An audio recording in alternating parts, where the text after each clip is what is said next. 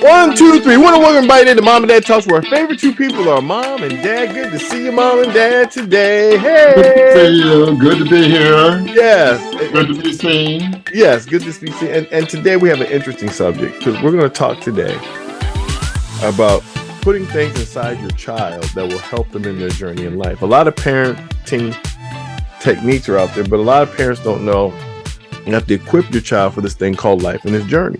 Mm-hmm. Cleaning your room is a cleanliness thing. That's a health reason. Okay. So you teach your kid to clean the room, to pick up after themselves because it's healthy. Mm-hmm. You have a much healthier life. You'll have less bacteria, less problems when you clean. And the other thing, and we're turning over to you guys, is that, you taught me every Friday do a real clean the whole house up. Mm-hmm. Preparation day for the Sabbath, for those you don't know. So that way your house is clean. So you're just decluttered. So you have a fresh mindset. You can allow guests to come over so you can entertain. The TV and everything's off. Mm-hmm. And you have time to be with friends and family and talk about the Lord and go to church. Mm-hmm. And that's the way I was raised. Mm-hmm. 24 hours. We don't talk about the things that are, what we call worldly stuff. And really, to explain to everybody a little bit about this is, we don't go out there talking about, what happened with the game per se. We don't go out there talking about, and we try to concentrate on God and loving loved ones and helping people in need for 24 hours. For 24 hours. Mm-hmm. So, Mom and Dad, what are your thoughts about equipping your children for journey and the purpose of it? And just let's talk about that. What are you guys' thoughts on that? Well, I feel that you have to encourage your child to have certain standards, mm-hmm. first of all, and encourage them to have a higher standard than they're naturally inclined to go with. Because I know that in teaching, there are some kids that have very low standards. And it's not to say that they can't improve their lives, but they're brought up with very low standards, and parents don't expect very much out of them. And as a result, they do exactly what is expected of them. Mm-hmm. Great. If you expect a child to have high standards, you have to show the child the benefits of having high standards. Mm-hmm. You as a parent. Mm-hmm. As a parent, you can't show the child one thing and do something else. Mm-hmm. It's like, I'm going to encourage my child not to smoke, and here I'm smoking a cigarette every day. Mm-hmm. That just doesn't work. You have to be an example for your children, and be a constant example. Mm-hmm. If you criticize people all the time and the child sees that, that's what the child's going to do. Constantly criticize everybody and everything. Mm-hmm. So really, a critical attitude is not good. Mm-hmm. Because even with Jesus, he accepted all people. Mm-hmm. But he was not critical of the woman at the well, mm-hmm. or the thief at the cross. Mm-hmm. So that's just my attitude. Great one, Dad. Mom, what are your thoughts? My thoughts on instilling things in your child for their journey in life. Like putting things in there. Your mom put certain things in you that you were able to use in life and having that foresight. First of all, my mother taught me to be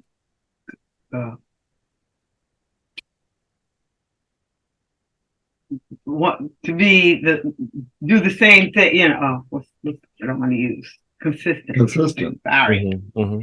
My mother taught me to be consistent in everything that I do, from cleaning the house, washing the dishes, doing the laundry, doing, just things that she was expected to do. So she instilled it on me to do the same thing.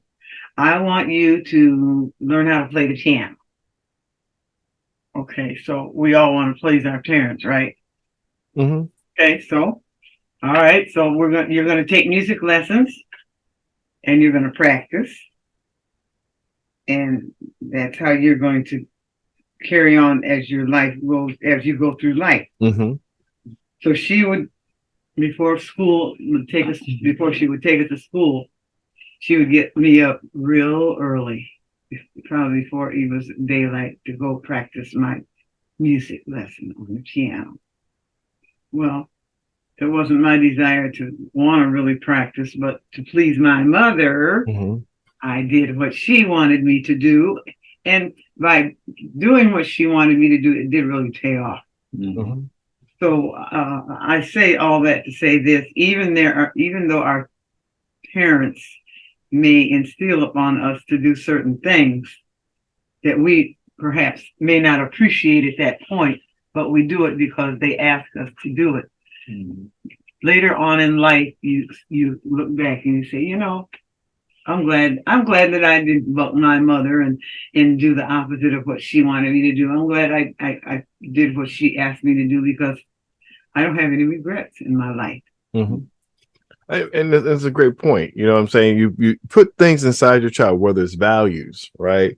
Whether it's certain things of certain characteristics you're supposed to do, and then you give them a skill set, right? But all of those things that you put inside your child is there for their benefit, so that they come in certain circumstances that training takes over. The Bible says, train up a child in the way he should go, and when he's old enough to depart from it. It doesn't say they will do exactly what mom and dad says. It says that training takes over when your mind and body want to quit. So when you feel like doing wrong, if you instill in your child to do the right things, it's just going to feel different when they want to do wrong. Hopefully they won't enjoy it to like it. Hopefully they'll say, I tried it once and it's just right. And it kept them from being in harm. That's why the Bible says that the child's day will be long upon the land which the Lord thy God giveth thee. For those of you who watch the show and get those biblical standards, that's where it comes from. Right. Mm-hmm. So, yes. That's right. Were you going to say, mom and dad? You say you want to say one thing? No, I'm disagreeing. And the thing is, the child has to see the love that you have for that child. Yeah. Because I know there are several people that, how do you say it? They hammer, they beat up their child all the time. They hammer them, and the child grows up hating their parents. Yeah. Their parents, and not wanting to do what their parents want them to do. Mm-hmm. So you have to discipline with love. Mm-hmm. With love.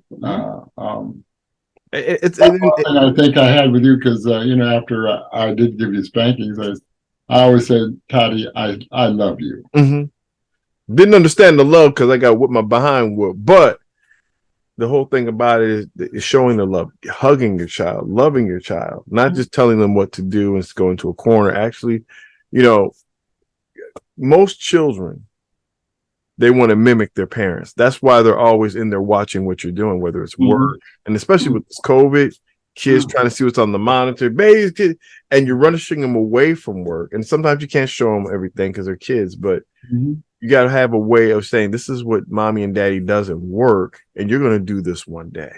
Mm-hmm. Right. And never discipline your child out of anger. Mm-hmm. No, if you're angry at what your child does, just count to 10. Mm-hmm. Settle down and then do your disciplining, because the child recognizes when you are spanking them or when you are talking them with anger, because that's eventually how the child's going to grow up, being an angry adult. Mm-hmm. Angry adult. You have high expectations for your children, but allow your children to grow for themselves. Mm-hmm.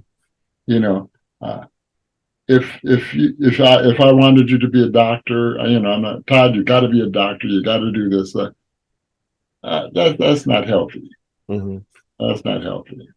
If that's what you want to do, and give you the skill sets to do it, if that's your choice. But you also have this other example of doing these other things too, because you can do all things. You're more than just one dimensional. And to be honest with you, people, it takes 10 years to be perfect at what you do. And the problem in some families, they think that by the time you're 18, you're supposed to figure it out. So realistically, when you see them about 4 or 5, you see those tendencies inside them, that's the time to really groom them in those things to see if, because at the end of the day, when you have a gift, it gives you more energy when you do it then takes away from your energy. Now that's just to help you out. That's a little tip. I learned that from Steve Harvey. If it doesn't give you energy, it's probably a passion, right? You just want to do it because you like it, not that you're good at it. But a gift is you do it naturally with little effort, and it gives you more energy than it takes away from you. Yeah, like with your mother, you know, when she went to a parent-teacher conference, and she asked you what you wanted to be. You remember that? Yes, garbage. You want to be a garbage collector. And well, rather than your mother getting angry, what did she say? I said, well, if you want to be a garbage collector, be the best garbage collector there is. That's correct. And eventually I didn't want to be a garbage collector because I knew that, but I didn't want to show, my displeasure in saying that, knowing that I didn't. That wasn't what I wanted to do. If you're gonna do it, let's do it right. See, that's the thing I always tell people. If you want to do it, let's do it right. If that's what you want to do, fine. We're gonna show you what that does, what that involves, and this is what you want to do. And last thing before I leave, I remember I was cooking. I was a cook at a restaurant, and that's when I determined that I want to get an education. Yes, because I saw people, in their 30s making $2 more than me. I said, this is not the life. I'm burning myself up every day, hot kitchen, going in there for 8 hours, whatever. I mean, it's just a dead end job, and you're not making all that money, So for me, I said, that's what it's not responsibility, right? But if cooking was your passion, go ahead and become a chef. Yeah, so I was good. I was good at it, but I was just like, nah, this. You wanted to be that wasn't your passion. That was not my passion. That's right. It was a job. Yeah. If you work in your passion, you'll never work a day in your life. Yeah, happy. And come home happy. And like I said, there's a thing of a gift, and there's a thing that capabilities. And like I said, a lot of people need to know the difference, and hopefully you can spot the difference in your child and cultivate that in them and give them those little nuggets. So that way, when they fall in love with it, they can take mom gave me this, dad gave me this. And pretty soon they can take off, because at some point it's going to click. But if you never give it to them and train it to them, it ain't going to happen. So anyway, we won't hold you long, everyone, but I hope you enjoyed Mom and Dad Talks today. Put something in your child. Give them little toolkits in life. That's right? So that they can make this journey and be successful. Till next time, we'll see you on Mom and Dad Talks. Okay. Bye.